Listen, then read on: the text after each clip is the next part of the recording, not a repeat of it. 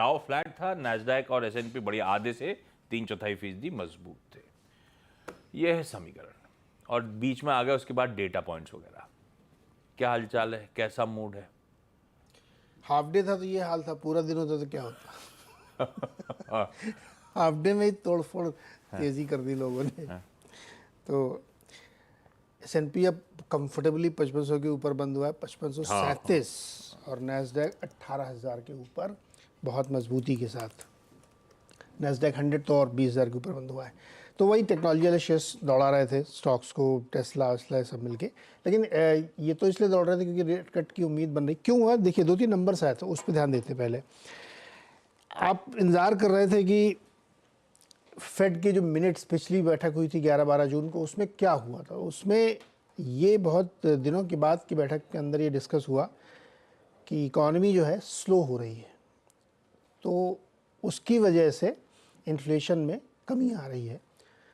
ये एक बहुत अच्छा पॉजिटिव संकेत बाजार ने लिया। हालांकि अभी भी वो मान रहे हैं कि थोड़ा और 2% तक जाने के लिए समय लगेगा, लेकिन संकेत जो उसके मिल रहे हैं वो नीचे की तरफ जा रहे हैं। तो पहला जो डेटा था वो पसंद आया बाजार को।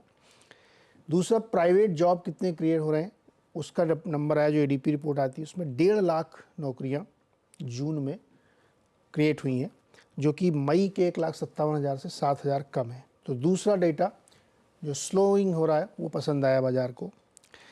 तीसरा, जो सर्विसेज मैन्युफैक्चरिंग का डेटा आया है वो तगड़े से गिरा है और 48.8 रहा है जून में, जो कि कंसेंसस था कि 52.5 आना चाहिए। तो तीसरा डेटा बाजार को पसंद आया क्योंकि ये भी स्लो हो रहा है। तो ये जो 3-4 नंबर्स आए इकॉनमी वाले, ये बहुत मार्केट के लिए कंड्यूसिव थे। और अब यहीं पे अच्छी बात भी, यहीं पे दिक्कत बात की, अब कि इतनी होप बिल्ड हो गई है सितंबर में रेट कट की कि अब मान लेंगे हाँ अब तो सितंबर में होगा, सितंबर में होगा। तो उसकी वजह से टेक शेयर्स तेजी में आ गए। टेक तेजी में आया तो S&P तेजी में आ गया।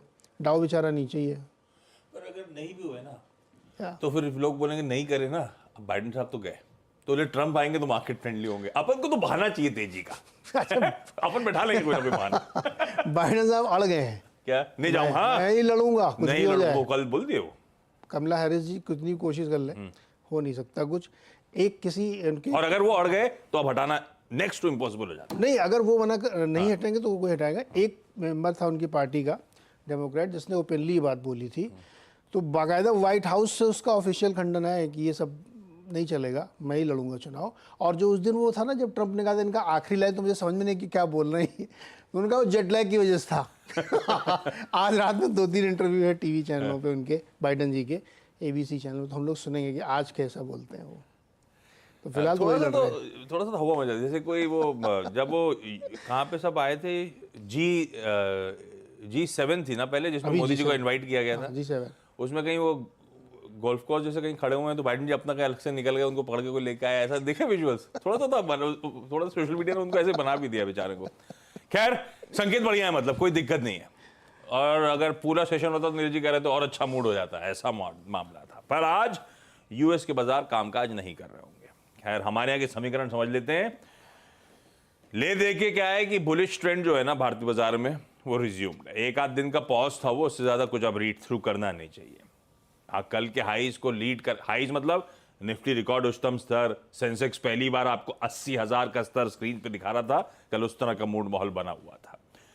तो बढ़िया है। वो कहते हैं ना, वो रोज रोज एक आध दिन का एवरेशन था, उसके बाद तो हायर टॉप हायर बॉटम ऐसे करके वो चलते ही चले जा रहा है मामला। तो ट्रेंड तो बुलिश लगता है, पर एक तरफ लगता है बाकी डेटा देखें तो ओवर हीटेड सा मार्केट।